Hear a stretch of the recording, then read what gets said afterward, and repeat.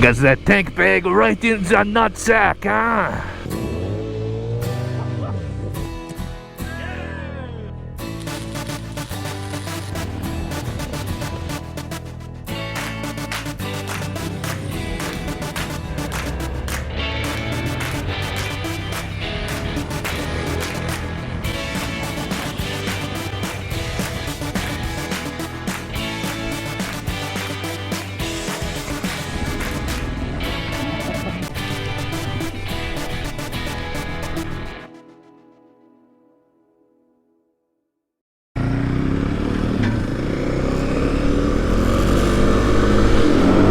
Oh my god, it's dark, I'm scared.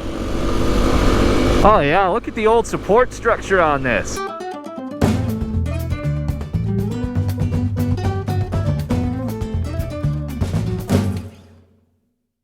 So, day 3 of our trip, really, day 2. We only put 30 kilometers on the bikes yesterday, and then we said, nope, still way too cold, way too wet, let's just chill the rest of the day. Yeah, now we're on the new Brunswick trails, and thus far they are not disappointing. Earlier we were up riding along the river there, and beautiful, scenic, wonderful riding.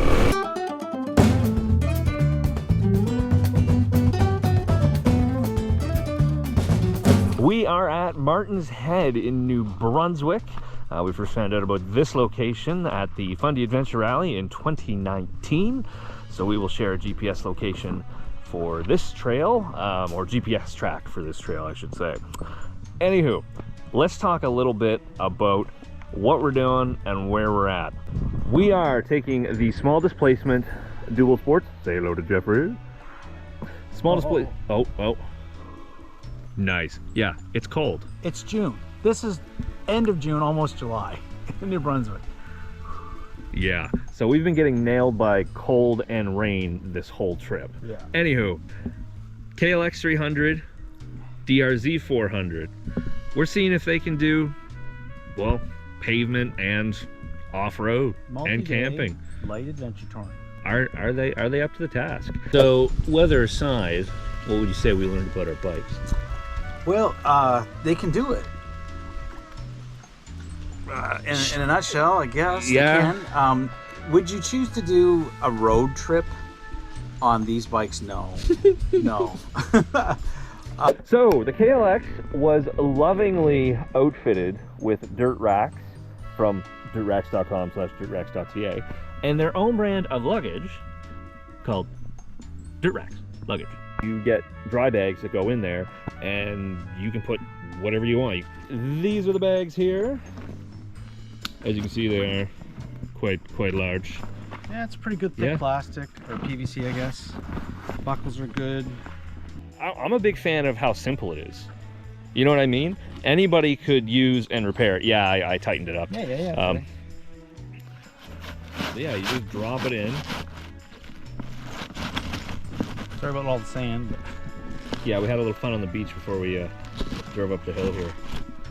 Secure. I'd recommend putting this one through this buckle so it can't go up. Yeah, okay, that's pretty handy. And then there's a strap that goes up over the top. That helps you cinch you down. There's a lot of air trapped in there. I didn't want to try to squeeze all the air. It's all sandy and gross. But that's essentially how it goes. The bike's over in the kickstand, so it looks a little funky right now. That is how the Dirtracks mount. And Jeff, what are you rocking for luggage system on your DRZ there, buddy?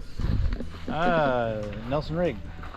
So I did get a budget roll top system from Amazon, and that'll be coming up in the cheap Amazon crap section, probably on Trail Trash Garage.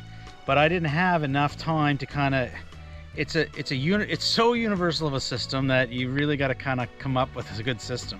And to be honest, the dirt rack crash bars that I have under here, like you kind of can't see them, but they're a crash bar first and a luggage rack second.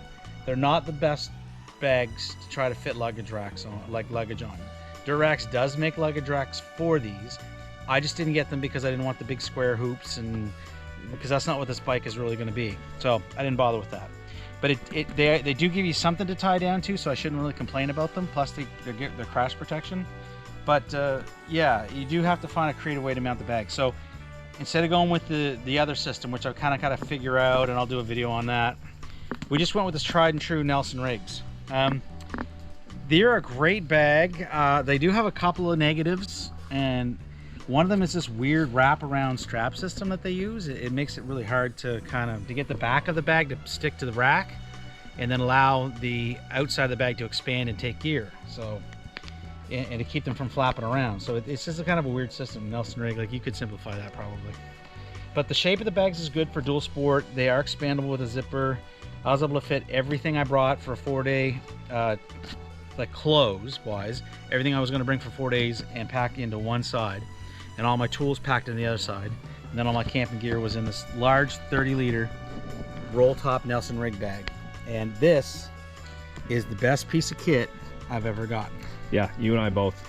Fun fact, a 48 pack of beer cans will fit perfectly inside that with room to spare for ice. We were at the Fundy Adventure Rally, oddly enough. We dropped off all our stuff to camp, and then we went back into town, and I said, well, why don't I pick up a thing of beer for the weekend? That's right, I remember that. So. But we didn't take any of it into the woods and leave the cans out there. No, that's not how we roll. We're trashy, but we're classy. Yep. Hey, there you go. We don't leave trash. We are trash. Yeah, no, it's just a simple bag, and you don't have to buy a Nelson Rigg one. Anybody makes them, but just the shape of it, really, like packing a sleeping bag, packing a camp mat, packing a tent, they all just kind of fit in there because, I don't know, the width seems to be good for a lot of stuff. The length seems to be good for a lot of stuff, and just that rectangular size, it does give you a little bit of structure instead of just a plain round bag.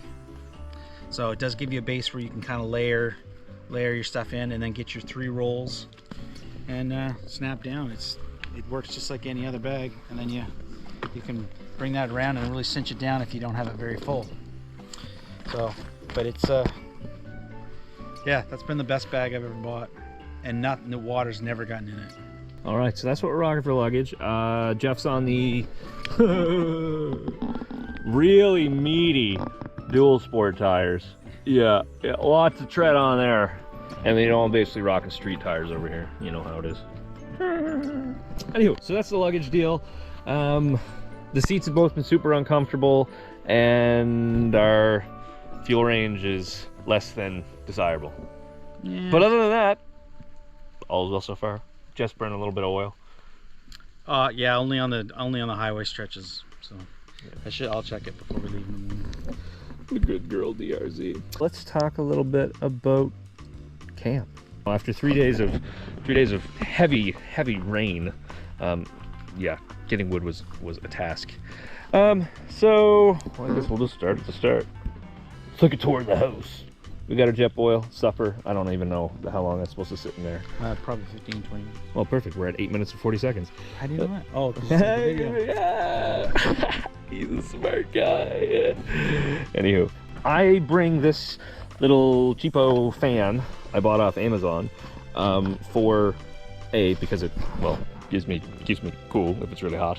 And then it's got this foam little pad that you can put bug spray on, and then it'll kind of aerosolize it in your tent. And as well, it is a light.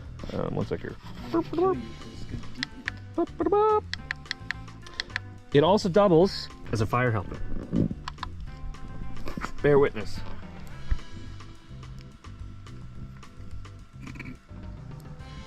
It worked a lot more dramatically when it was just getting started. On to something else. We are rocking cheap tents. Where's your tent from? Amazon tent. Cheap Amazon junk. Guess where Colin's tent is from? Amazon. Bought it in 2019 actually. It was like $100. Anyway, it's a Rio Rand. Anyways, only repair I've had to make. Duct tape. That's it. And yours is a what? Fly top. Fly top.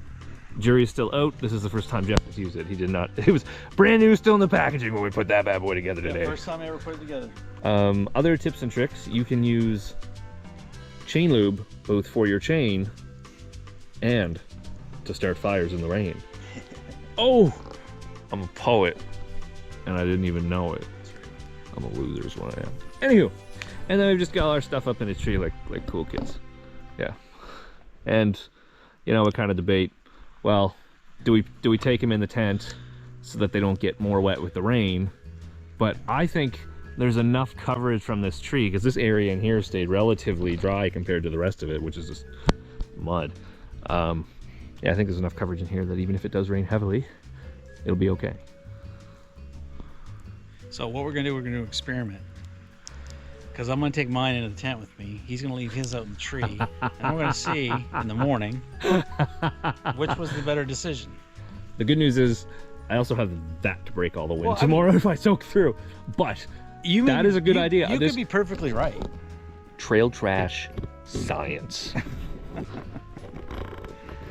Yeah, I'm scared something's gonna creep inside of him or something. There was a squirrel up my tree. He's probably shitting on something. No. Well, I mean, that's the thing about this trip. Like, I'm disappointed in the trip because the weather's been shit the whole trip.